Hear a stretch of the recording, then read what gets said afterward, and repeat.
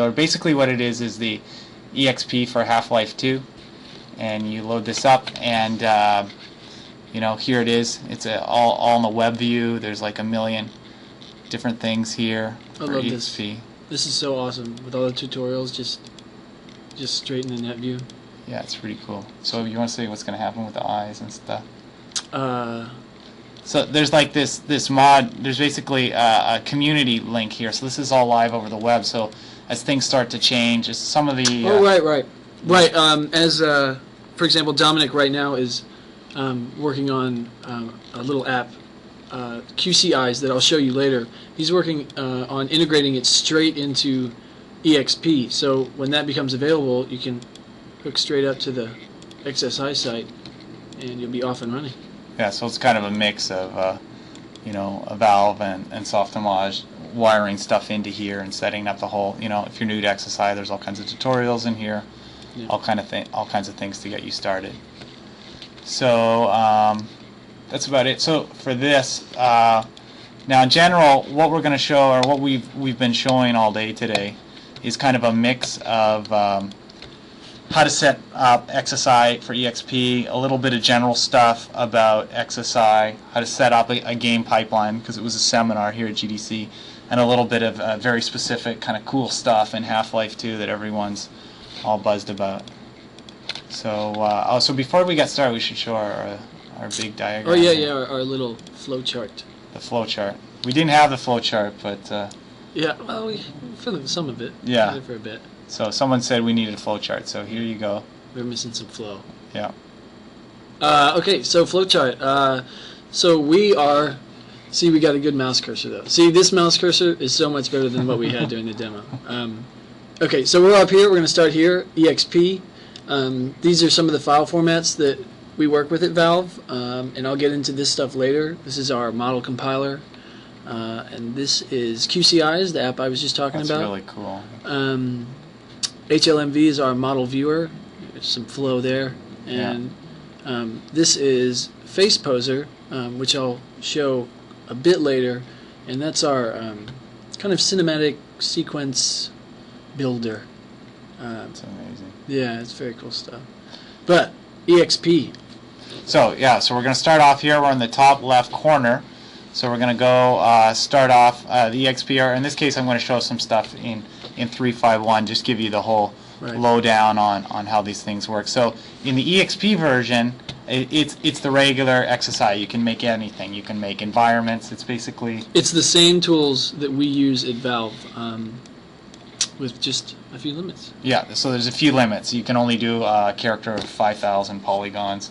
You can load up existing models. You can change them. You can make new assets. You can make make your friend's head. You can do pretty well anything you want. All the good stuff. Yeah. So so in XSI there's about 1 billion character tools, and that's me and a bunch of my friends have been going nuts on those in the company. And there's a bunch of rig makers, things for quadrupeds. There's a lot of crazy stuff coming too. We'll talk a little bit about that. But the Valve tools, they have their own rig builder. So you can think of it as like it's a whole pipeline, like from art to engine. You start, the artist just goes right from the artist right into the game engine. It's all there. Yeah, all the character stuff is right here in your hands for free. Yeah, for free. I love it. Yeah, it's pretty cool. Because you used to be a modder. Oh yeah. This is. I came from, my bedroom and my garage, and I didn't have anything nearly as powerful as this. So this is just truly amazing. It's a giant step forward for modding kind, I think. That's pretty cool. So we'll just start with the basics. So we've just got the simple rig. We haven't added any of the special stuff yet. So some of this is components that you'll find in XSI, like the system for the fit roll. A lot of this stuff is custom to Valve and the EXP CD. So the arm setup, these kind of things that you grab for the shoulders. I think you can figure it out pretty quickly. It's interesting. A lot of places, game companies and places like Valve, they're starting to adopt more of a film setup approach. Right, absolutely. Rather than the just doing exactly what goes easiest into the game engine. And so the kind of ultimate step in this, I think, has been starting to integrate stuff like a muscle system into a game. Half-Life 2 is it's the only game I've ever heard of to date that has a muscle system in the game, and it's pretty cool. It's just all set up for you. So you just go, it's called Helper Bones, and you load this Helper Bones system up. Just sticks it all up there. Now, in XSI, there are a ton of ways to do muscles for movies, but for for games, the one it's closest to, for those of you who know XSI, is link deform with orientation. So that's a kind of pose-based deform, where the quaternion pose is aligning the different joints. So you pose a muscle, and then the muscle aligns with the rotation of this guy right here. Pose a bone. Yeah, pose the bone. So here so you can see here you're setting the orientation, and as this rotates, you'd set it up so that oh, there I go, the guy hitting. The guy. What did I do? Did I rotate it? Oh, I rotated it around. Oh, yeah. Yeah, do that arm. I did something I wasn't supposed to. So, we'll just get over here and I'll show you what's happening here with this. So you can see the forearm roll is divided up over here. Or if you look at this object here for the to control the division of the center of the arm, or this controller here, no, it's actually a shoulder controller. You can go in and it'll control the roll on the forearm, and also as you lift upwards, it gives you a little bit of lift on the chest. So this is kind of more of a kind of a film kind of approach. So if we start to look at this on a character, we can load up the Alex woman from the game. Oh, I don't want to save it. Hold on. Here's Alex. So I got to ask you: is Alex? How does Alex? You just did it again. Well, what? It's late. It's late. Yeah. See, we didn't get to eat. Yeah. Everyone else is out eating and relaxing, and we're stuck in this hotel. But I want to get the story on Alex. Is she just a girl in the game, or is she your girlfriend, or is there some kind of story here? She's I don't know how much I can say. See, she's not that hot. She looks hot, but her eyes are completely screwed up. Yeah, that's that's the zombie Alex. No, that's not the zombie Alex. So her eyes are all done in this procedural. Correct. The eyes, that's just visualization stuff for us inside XSI.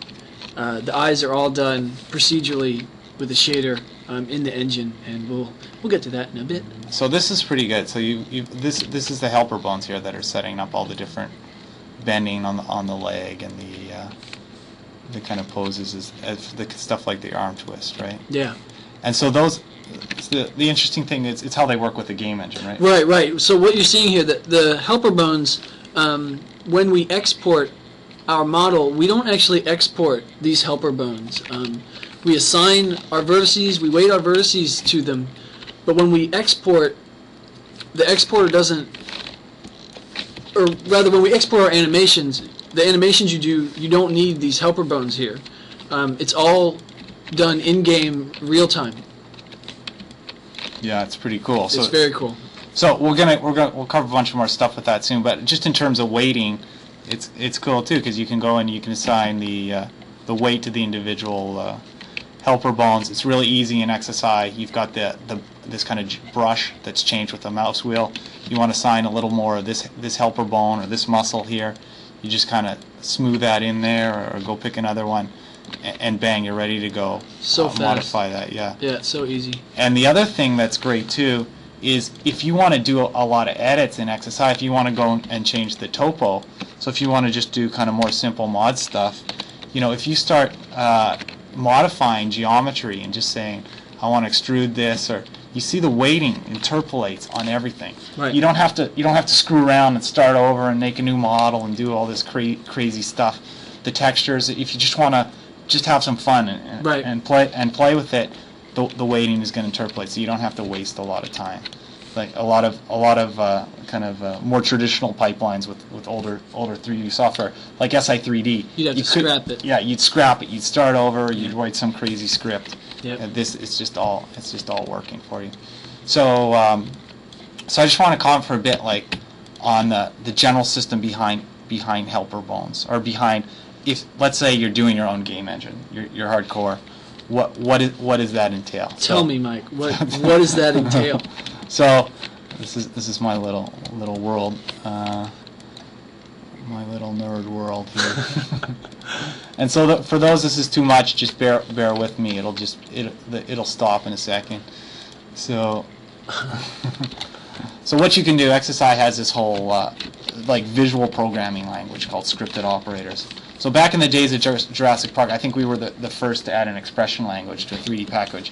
It was all channel by channel, so it's just simple stuff like position Y on this aligns with position X on this. But when you start to get in the world of like a full game package, you want to do a muscle system, you want to do crazy things, that's really not cutting it anymore.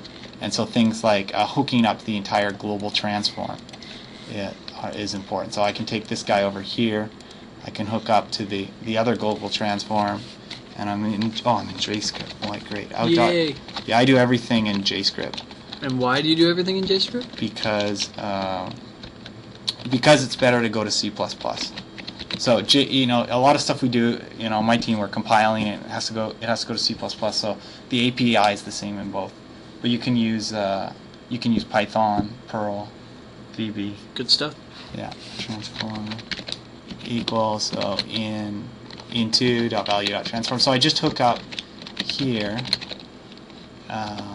in JavaScript these two, the sphere to the cube. So previously this would have been 9 expressions just to hook this whole thing up. Right. But then if you want to do stuff that that's not a big deal. Who cares? It saves 9 lines. It doesn't really matter. But when you want to start doing like a slurp or blending rotations or doing kind of hard 3D problems, then you can go stuff like var trans equals this. I'm going to create a vector and I'm going to offset this thing. I'm going to make a pose for our muscle, right? So var vec equals XSI. And this is about as extreme nerd as we get in this presentation. So if you're ready to turn it off, it's going to stop. So that's that. And I'm just going to say this is equal to 0, 10, 0. And then I'm going to take my transform and I'm going to add local translation. So just give it an offset, just like the helper bones have. They have a rotation offset. Add local translation and back. And out.transform equals trans. So basically, rather than writing these expressions that hook up to individual channels, you're writing right onto the objects in the core architecture, and then you get that same behavior. You guys are using that in the engine, right? Right. So all the helper bones, they're compiled. Right. There, it's compiled in the engine and run real time as the model deforms. The engine says, "Okay, I've got these helper bones, and you're using them, so we're going to deform the mesh with them." And you guys, you're doing level of detail stuff with that too, right? Correct. As our level of detail system is based on distance. So what we can also do, bones are expensive.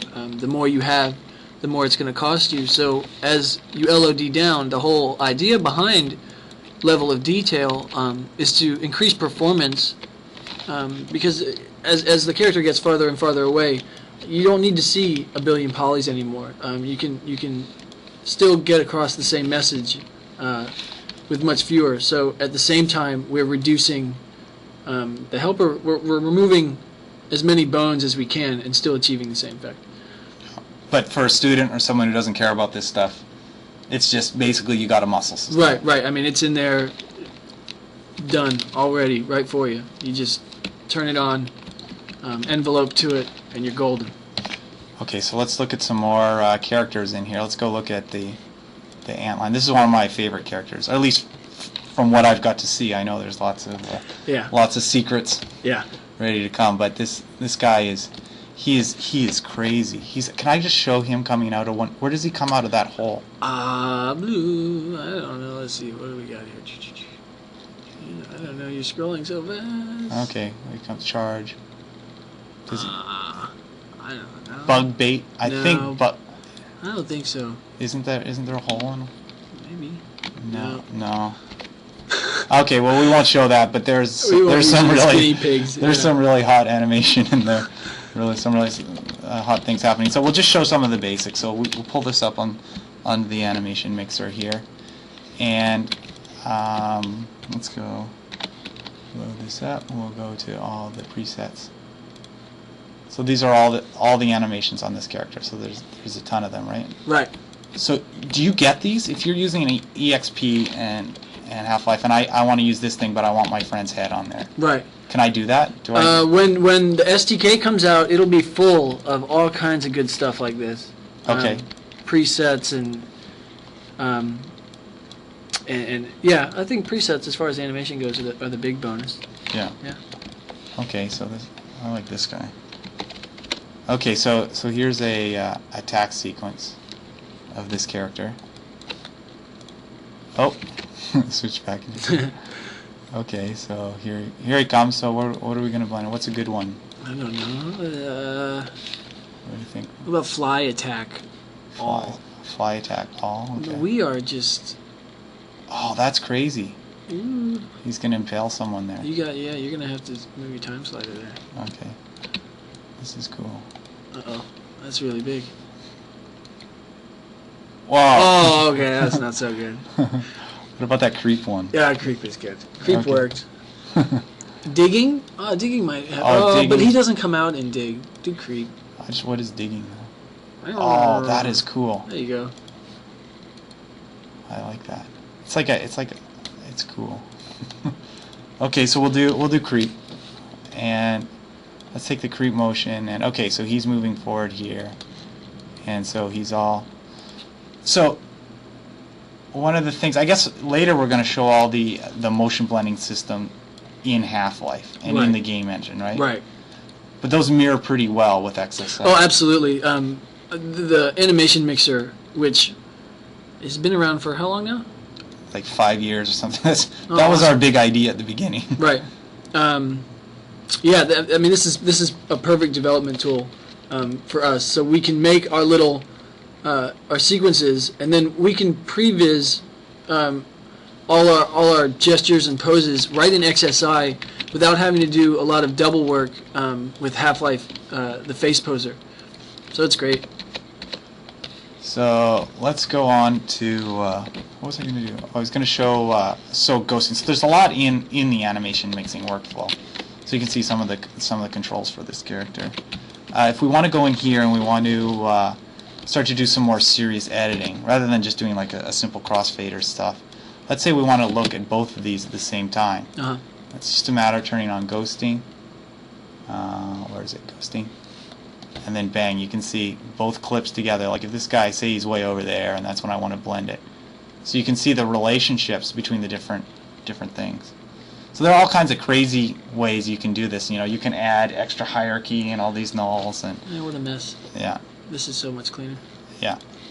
Yeah. So if we do an offset, and I want to edit that, you can just go, and there's no second hierarchy in here. There's no nothing. You can just move these different clips around in space, see the result in both of them, and transition them. You can put weight curves on here, whatever you want to do. And so you can also use this to layer your own motion. So if you just want to modify some of the existing stuff, then you can layer absolutely like a lamp or some kind of weird tick or whatever you